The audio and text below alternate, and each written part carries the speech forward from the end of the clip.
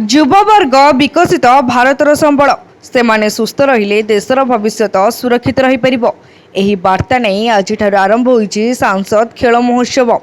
तालपणिया sports complex एक गणदौड़ आयोजन होइतिला। पुरी लोकसभा सांसद डॉक्टर संबित पात्र यह उद्घाटन करने सहित युववर्ग देश पाई अनेक मान्यता रखती, तेणु सेमानक सुस्थता अत्यंत जरूरी।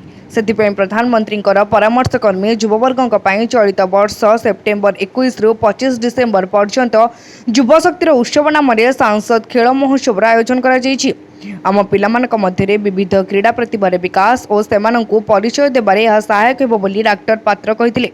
एही महोत्सव रे भलीबॉल, कबड्डी, 100 मीटर दौड़, long jump, high jump, cricket, mallakhamb, कुस्ती भली 8टी क्रीड़ा सामिल अछि।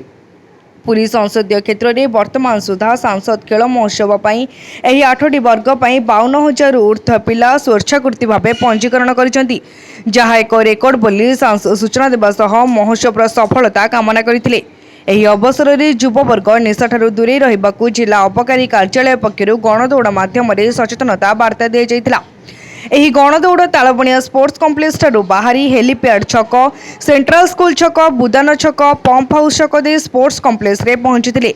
एही कार्यक्रम रे अतिरिक्त जिलापाल प्रशासन शरद चंद्र बेहेरा, जिला क्रीड़ा अधिकारी चंदन कुमार साहू, सूचना और लोक संपर्क उपनिर्देशक संतोष कुमार सेठी, अबकारी अधीक्षक जगदीश सामल, क्रीड़ा संसद पूर्वतन संपादक रविशंकर प्रतिहारी, अतिरिक्त जिला शिक्षा अधिकारी हिमांशु भूषण सम्राट, शिक्षा कार्यालय शारीरिक शिक्षा अधिकारी महेंद्र कुमार विश्वाल, पीटी सूर्यनारायण जेना, सुचित्रा खटोई, निहार रंजन पले, डॉक्टर देवेंद्र तराई, श्रीमंदिर परिचालना कमिटी सदस्य मधुसूदन सिंहारी, उमाकांत नायक, रंजिता पाढ़ी, दिग्दर्शन पट्टनायक, जयंत कुमार दास, क्रीड़ा छात्रावास अंतेवासी और विभिन्न शिक्षानुष्ठान छात्र छात्री और प्रतियोगी मैंने अंशग्रहण करथिले।